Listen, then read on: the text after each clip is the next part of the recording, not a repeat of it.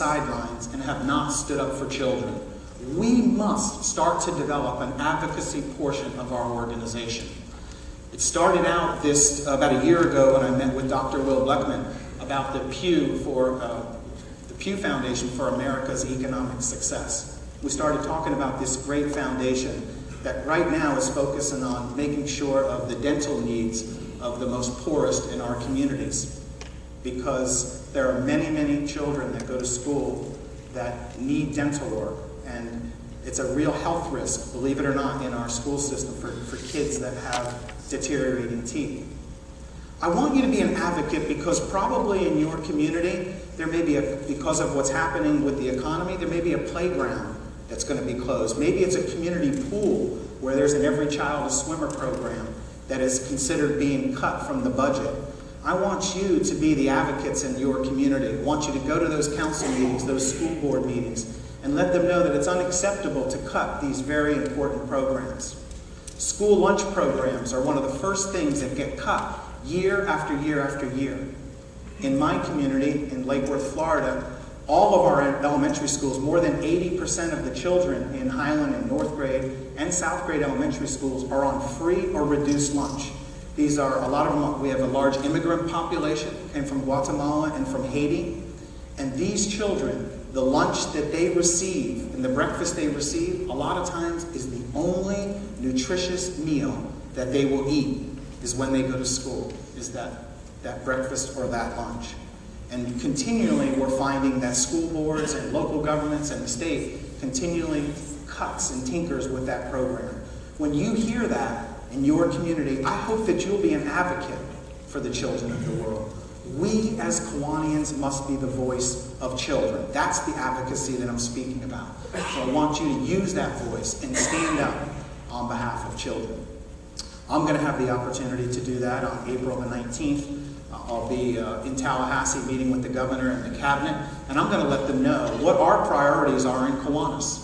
So as I'm there receiving a proclamation, they're going to have to bear with me because I'm going to let them know about our goals this year, and I'm going to let them know about the goals of the Children's Movement of Florida. And we're going to let, over the next couple of years through our advocacy, we are going to let our state elected officials know that it's unacceptable to put only 3% of our resources into the most vulnerable of society, children.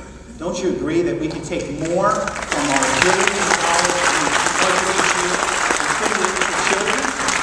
you won't need to build all those prison beds. Fact, in the state of Florida, we determine the number of prison beds built based on third grade reading scores. Did you know that? You can go to myflorida.com. I'll say it again. In the state of Florida, we determine how many prison beds to build in the state of Florida based on third grade reading scores. So they know that by the third grade, if a child isn't reading and they're not learning, that they need to prepare a cell for that child. That's pretty sad. But statistics show that they've been doing this for 10 years. They know that it's working for them, that they're right on the mark. When they're not learning by the third grade, if they're not getting the proper nutrition and the right stimuli, that they're not learning, and that we're going to have some issues with them as they go through their juvenile stages.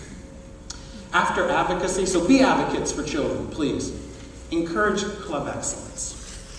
You know, this year we could easily build 25 new Kiwanis clubs.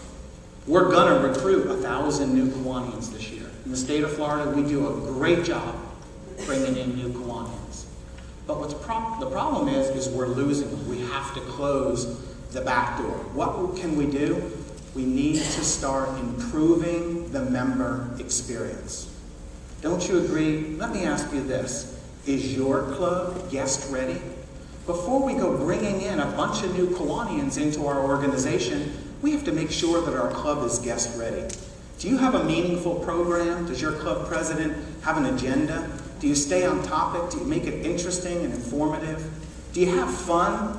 As past Governor Donna and Dave both taught us, and Mark, that I've learned a lot from the last three governors. You got to have fun.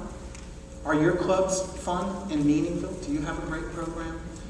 This morning, Jonathan Earl is going to lead a breakout session on encouraging club excellence. By the way, Kiwanis International, you can go to Kiwanis1.org, they have great webinars on encouraging club excellence, ACE.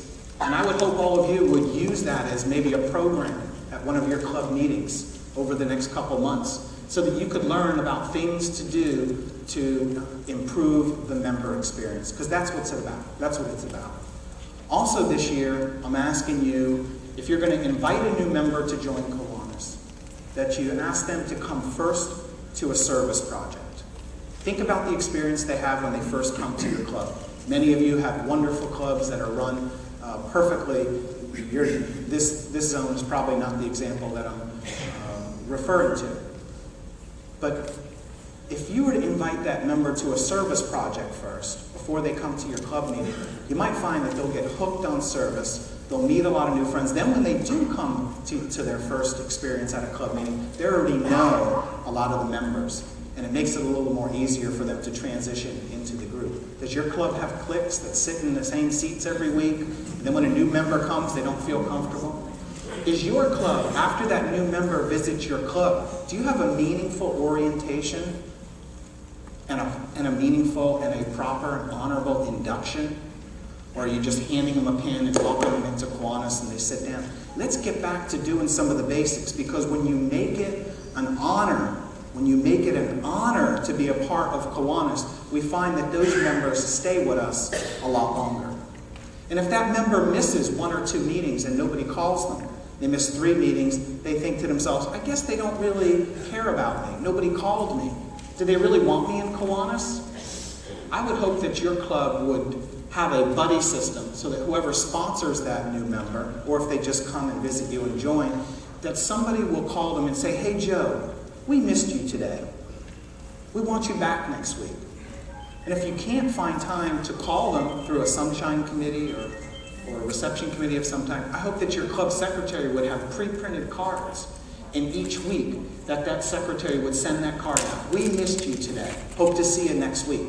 Because if that member gets busy in their business cycle, and they get 2 or 3 of those cards and they are just busy, I promise you they'll come back to your club, because they know that you have missed them. And then when they come back, get them involved, guys. Please, they don't have to be in the club for 5 years to run for an officer of the club. Get them involved on the board. Let them bring their new ideas to the club and implement those new ideas. Because sometimes the new people see the dirt in the corner and it's been there for many, many years, as past Governor Bob says.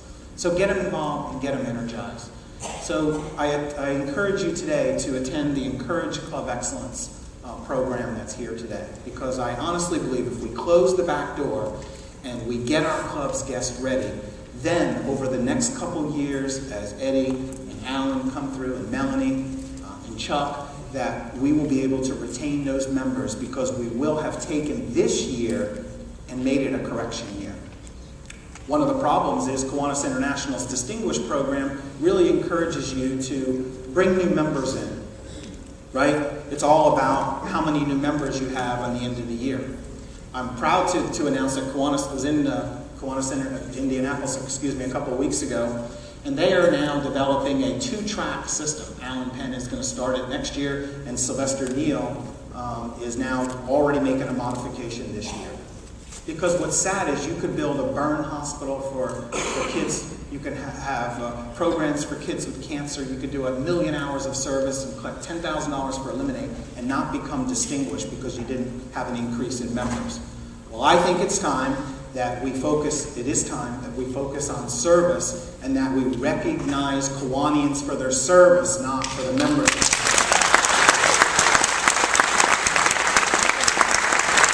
But it is important for us to grow, because we need those hands in order to perform more service. So this year we've had a very simple, attainable goal, and that is 1 new member for your club, 1 net increase in member for your club, or for my lieutenant governors. It's just 1 for their division.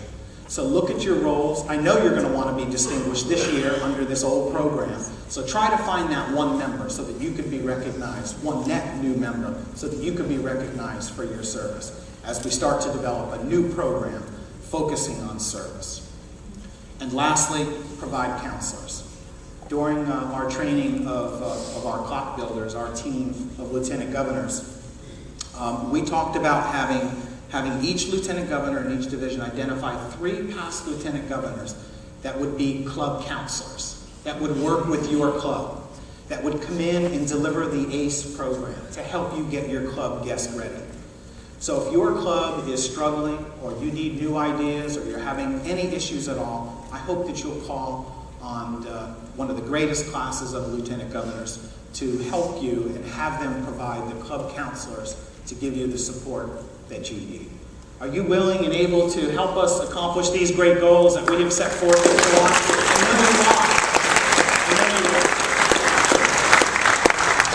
I just want to say thank you to my wife Carol for traveling with me. You know, in the beginning of the year she said, I'm not going all the way up there to Niceville with you. And all the way, I'm not going to Lake City. I'm going to go to Lantana and I'm going to go to Orlando. And then it was amazing how people transformed. Before I know it, she's like, oh, I'm coming this weekend. I said, really? You are, huh? Yeah, it's 10 hours.